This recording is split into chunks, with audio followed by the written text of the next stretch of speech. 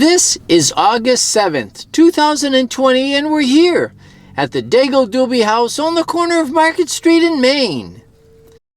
The house is part of the Fort Kent Historical Society complex, which includes 6 buildings, all designed to show artifacts of our past, but also to educate people about our past. Today, the events includes an open house, 2 dedications, and a picnic.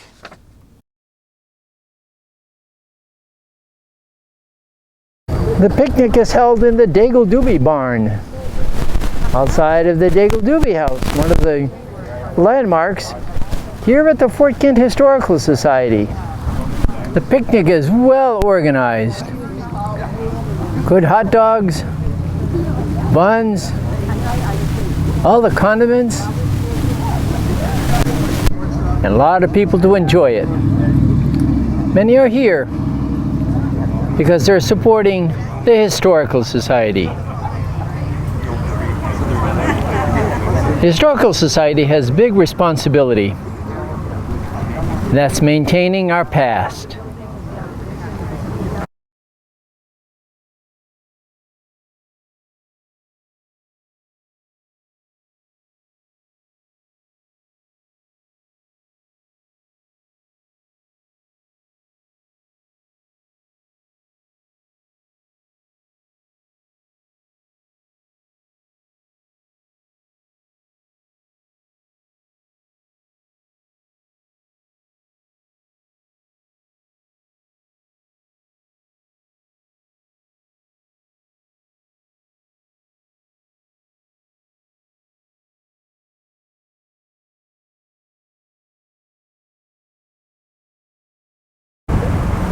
American flags have been placed all around this dedicated tree in memory of all the victims that died in the Oklahoma bombing. And as you can see, for the plaque, this tree was planted in memory of the 168 lives lost in the Oklahoma bombing, 1995.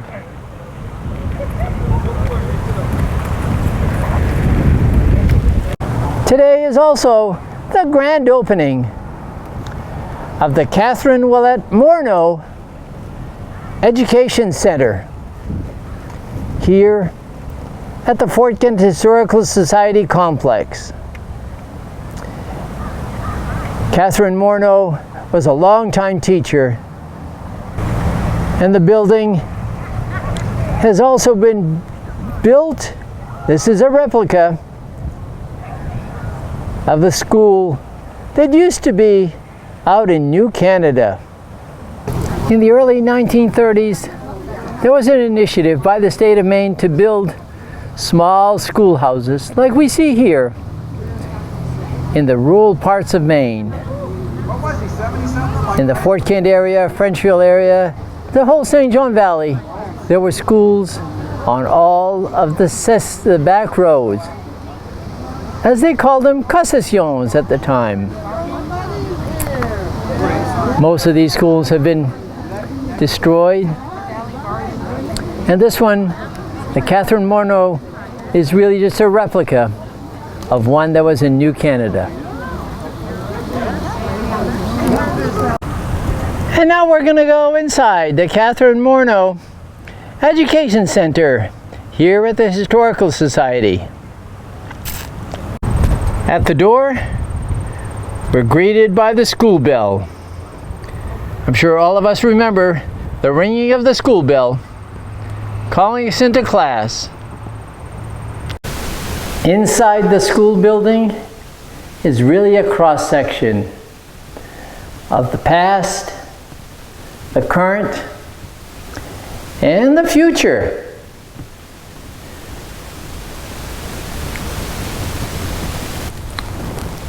The classroom desks of the past.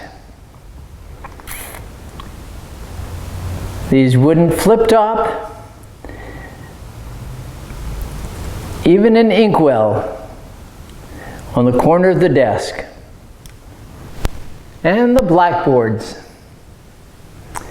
We all remember these up alongside the wall.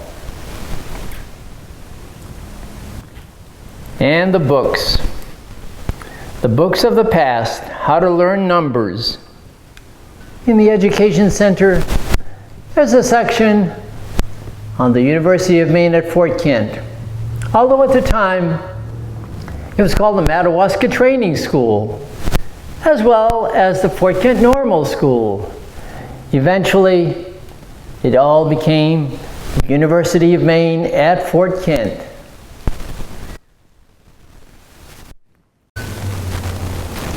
A picture of Vital Cyr, the first principal of the Madawaska Training School, and all of the presidents that served the University of Maine at Fort Kent since 1878.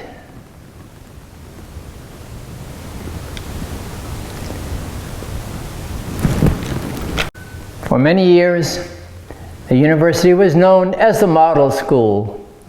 It was actually a high school associated with Fort Kent community, where students would go to the Model School. And Roger Grindle, a Maine historian by profession, becoming then a University of Maine at Fort Kent teacher, and also one of the founding members of the Fort Kent Historical Society. And here we have the Fort Kent Community High School. Much different than it is now. A display here at the Katherine Morneau Museum. The Market Street School was an elementary grade level school that educated students from 1951 to 1980. Once the students graduated, they went on to Fort Kent Community High School. One of the events here at the Historical Society is the dedication of the tree, but also a dedication of a bench for Jim and Jerry Robinson. They once owned a karate school where the Paul D. Thibodeau Visitor Center actually is. So much for coming, and I'd like to introduce our president, Jim Thibodeau. Start by acknowledging and thanking our officers and directors of the Historical Society. So I'm the president of the Historical Society. Chris Malmborg is the vice president. Chad is the past president and historian. Nancy Thibodeau, who's serving hot dogs, she's the treasurer. Sue Tardy is secretary. And for directors, we have Vinette King in the corner. Burnett Bowker, who was not here. Larry Murphy, who's serving hot dogs. Thanks, Larry. Rita Pelletier. Rita, raise your hand way up. There she is. Danny Nicholas. Where's Danny? All right. Also, we have some ex officio directors. Susie Parody, who's the town manager of Fort Kent. Patrick Lacroix. Where's Patrick? Patrick is the director of the Maine Acadian Archives at the university. And Amber Rankine is a new Chamber of Commerce executive director. I don't think she's here. So thank you folks for being here. I see Austin Terrio in the group. Austin, running for the first Maine House, District Number 1. Thanks for being here. I'd also like to acknowledge Ron LeClaire. Where's he? Here? Ron? Ron, raise your hand. Step right up here, Ron. I want to see who you are. Ron and Judy Soci are longtime volunteers for our grounds. They keep the grounds mowed and trimmed and all of that. Thank you, Ron. I even painted, my hat was white this morning, painted yellow to match the house. So thanks again for coming. Just a couple of facts about the Fort Kent Historical Society. First, the society was founded in 1925. My grandfather, Paul D. Thibodeau, was one of the founders of the Historical Society, so it's almost 100 years old now. Currently, we own 6 buildings. There's 3 down there. We have the PDT Center, the train station, and we call it the Putt-Putt Building. And then this is the Daigle Doobie House, the barn, and the Katherine Morneau Schoolhouse Education Center behind the barn. We have currently 100, just about 100 dues-paying members that they usually pay annually. About 100 dues-paying members. We also have 52 lifetime members. Years ago, you could buy a lifetime membership. We don't allow that. We don't do that anymore, but for obvious reasons. So we also have 76 donors that are outside of either members or lifetime members. So these are just general donors. So we have a lot of people involved. Last year or year to date this year, with the volunteers, the memberships, and the donations, we've raised about $22,000 locally, which was pretty impressive. We also have received over the years about over $100,000 worth of grant monies. We've received grants from the Davis Family Foundation, Bill and Joan Alphon, Stephen and Tabitha King, the Maine Community Foundation, and the Maine Acadian Heritage Council. So without those organizations and without the donations, we couldn't be doing something like this, which is year to date, that's about a $70,000 project. Fixing the foundation, removing all the siding, removing all the roof, replacing the roof, and replacing all the siding. Big project. Some of these donors require a match, which $22,000 that we receive from members and donations. A lot of time we'll use some of those monies, not a lot, to match some of the foundations that are giving us money. So just a couple of the projects we've done this year in the most recent years. The Paul D. Thibodeau Visitors Center was actually purchased from the Robinson family, Jim and Jerry. Sorry, Jerry. I'm looking right at you.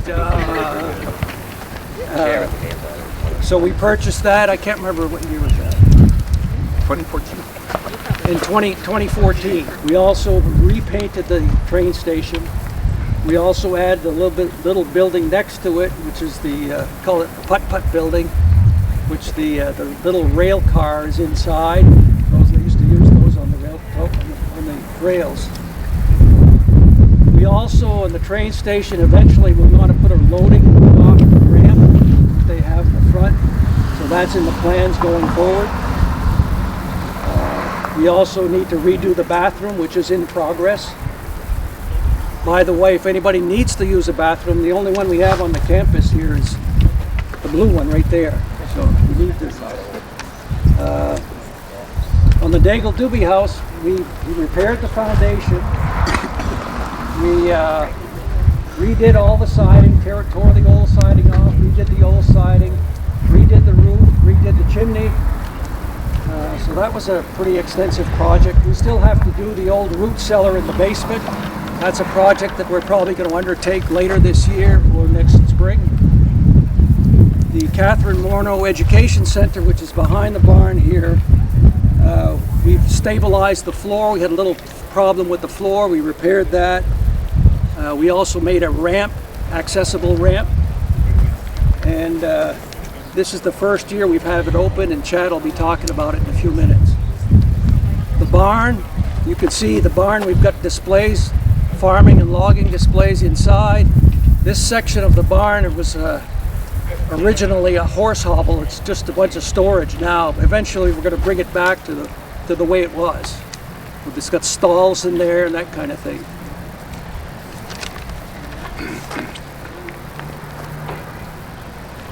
And I think that's about it. So I guess I'll turn it over to Chad. We got a couple of dedications to do. So again, thank you guys for coming. It's nice to see the people here. Thanks again.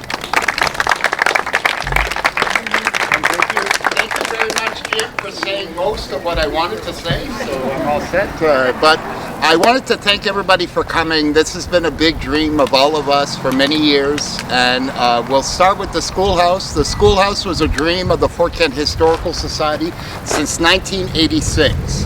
Mr. Omer Thibodeau, we just had the train station then, decided that we needed a schoolhouse. So we got the Washington School in New Canada, and we were supposed to move it. But the train station, we didn't have enough place for it. So consequently, until 2007, when we acquired this property, were we able to finally figure out we could move that Washington School. Unfortunately, the school was not movable. So we decided it would be cheaper and better to build an exact replica. So our replica now will, it's going to feature, and it's going to, it'll be all about education of the Fort Kent area. So it's going to represent every single little schoolhouse and school and education system we had here in Fort Kent. So I'm very anxious for you folks to see it. I want to thank especially Burnett Bowker is not here, but we have our co-chairperson, Vinette King. Her and her sister, longtime educators nearly for 100 years total. They placed in all the exhibits, and they did an excellent job. And I'm so really pleased to work with them, and we're really proud of it. So hopefully, in the near future, this whole section of Fort Kent, we hope to be a historic district, because it's the only part of Fort Kent that never flooded and it never burned. So hopefully, eventually, this whole area will show what earliest 20th century Fort Kent looked like. And I think it's going to be a tourist draw for years to come, and it'll be a real jewel to the end of America's First Mile. So before Vinette rings the ceremonial school bell to officially open the schoolhouse, I'd like to point out our memorial tree. On April 19th, 1995, at 9:02 a.m. Oklahoma time, a large ammonia nitrate bomb exploded in front of the Alfred P. Murrow Federal Building, killing 168 people. To this date, it's the biggest incident of domestic terrorism ever. So in 1996, Jerry Robinson of the Fort Kent Garden Club got a beautiful snow crab apple tree donated by Pete Thibodeau and Noella Michaud from Long Lake Nurseries, and they planted it at our historic gardens at the train station. Unfortunately, because of, like Jim said, our new putt-putt building had to come in, and because of zoning, the only place we could put it was where the tree was. So consequently, we had to remove it, but with consultation with the garden club members, and we knew we had to replace it. So this spring, in May, Jerry, Anna Raymond, and Jim, we all met together, and we replanted the tree. And each and every flag that you see there, there's 168 of them. Each and every one of them represents one of the victims of the incident. So I'd like to ask for a moment of silence for the victims of the April 19th bombing, and may it never happen again.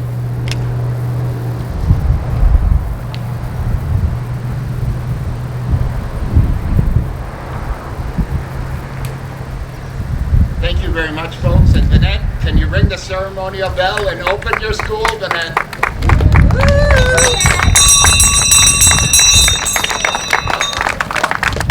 The building will be open this afternoon. Will be open. And now, folks, we're going to be moving next door for dessert. We got a big cake, and we got a nice bench to dedicate to some very wonderful people. Everybody, if you've eaten, we'll all go next door. My brother's son. Yeah, this is Steve. This is Mr. Thibodeau. He was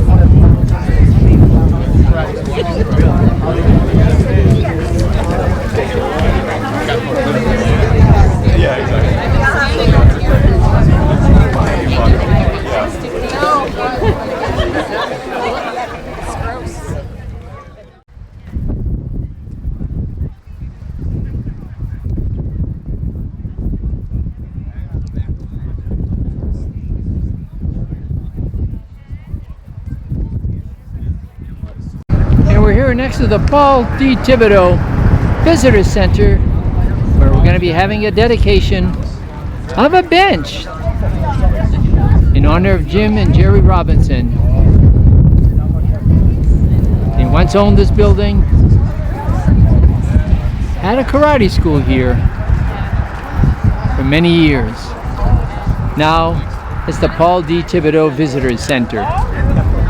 Jim and Jerry Robinson were well known in the community for many years. And a lot of people are here for them, as well as to support the Historical Society. People are still coming in from all over town, all over the valley, to this dedication and open house here at the Fort Kent Historical Society. One of these things. I was asked to speak a little bit for you guys about the Robinsons. The first thing I realized is that I discriminate a lot against people. And the reason I discriminate against people who are not from Fort Kent. But then, when thinking of Jim and Jerry, I realized that even though they weren't from Fort Kent, they were one of the few people I knew that I could say was from Fort Kent anyway. Yeah, after almost 50 years. So I want to thank Dr. David Smith for donating the bench in their honor. Thank you so much, David.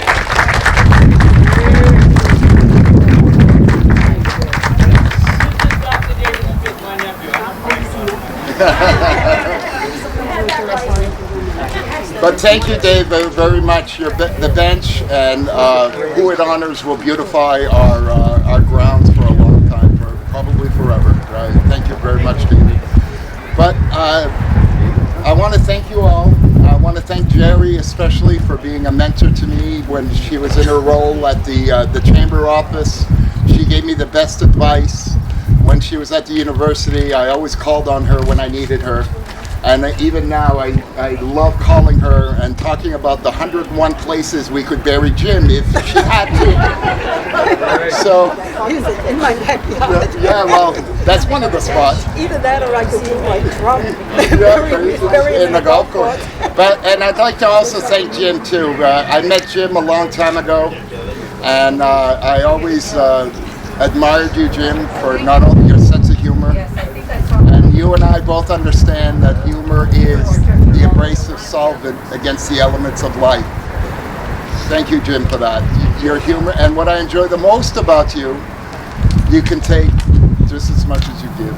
You take what you enjoy the banter, and I've enjoyed the banter of many. So finally, to sum up what I think the Fort Kent community thinks of both of you, Jim and Jerry, I decided to quote my favorite poem, which is by Henry Wadsworth Longfellow, and it's called The Children's Hour.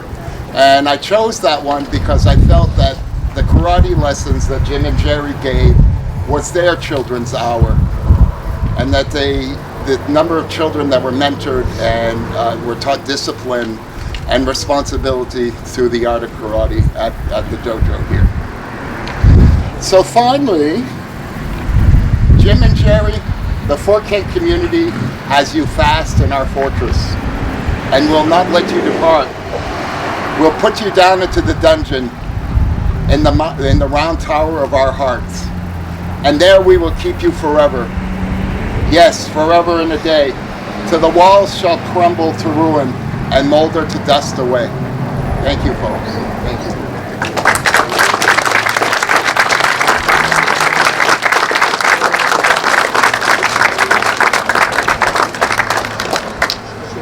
And we have cake inside, folks. We have iced tea, and Jim and Jerry are going to cut the first piece, and then everybody have a piece of cake with them and celebrate Jim and Jerry. Last time I cut cake with her was in 1960. Now we're having the cake being cut by Jim and Jerry Robinson. Hopefully. Jim is the comedian in the group. Put an X. Just put an X. You don't thumb your name, you Can I can't get the cake and you can have some a little bit if you want. Let's get that fixed first. Yes, you Cake. have some juice here. Mrs. Simcoe. Congratulate Jim and Jerry All right, Jim and Jerry, cut the for cake. all their work they've done for the Historical Society and for the community of Fort Kent. Robinson, stop talking and cut the cake. I got a knife. Yeah, don't get next to him with a knife. What side do you want?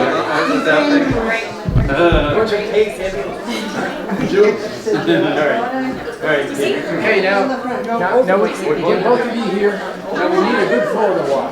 Yeah. Both hands on the cake. We're just pretending to cut. Right now, yeah. You all set? You want us to cut it? Yeah, go ahead. Ooh, the bride cuts the cake. All right, everybody come in and somebody else can dice it up. Nice job, Jim. There you go, Anna. We're gonna let you do it. And here we have Jim and Jerry. So what do you think of this whole fanfare? Too much and unexpected. Just too much. I'm overwhelmed. It's really nice. It was nice of the people of the community to do that. I think a lot of other people deserve it more than we do. And I'm looking at it. And I'm looking at one No, of them right now. Jerry and Jim, both of you. It's not just the school. It's the students you've touched over the years. Jim and I were just talking about that. The students you've touched. And the discipline they learned from you. And just the community spirit. And not any of them went to prison that I taught. That's good. That we know of. And now we're working on a family photo for the Robinson family.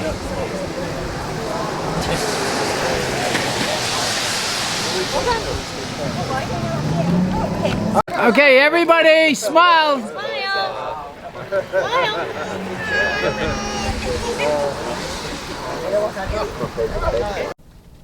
The Board of Directors from the Historical Society wishes to thank all those who attended this open house and dedication, and especially invites everyone to come and visit the Fort Kent Historical Society Museum.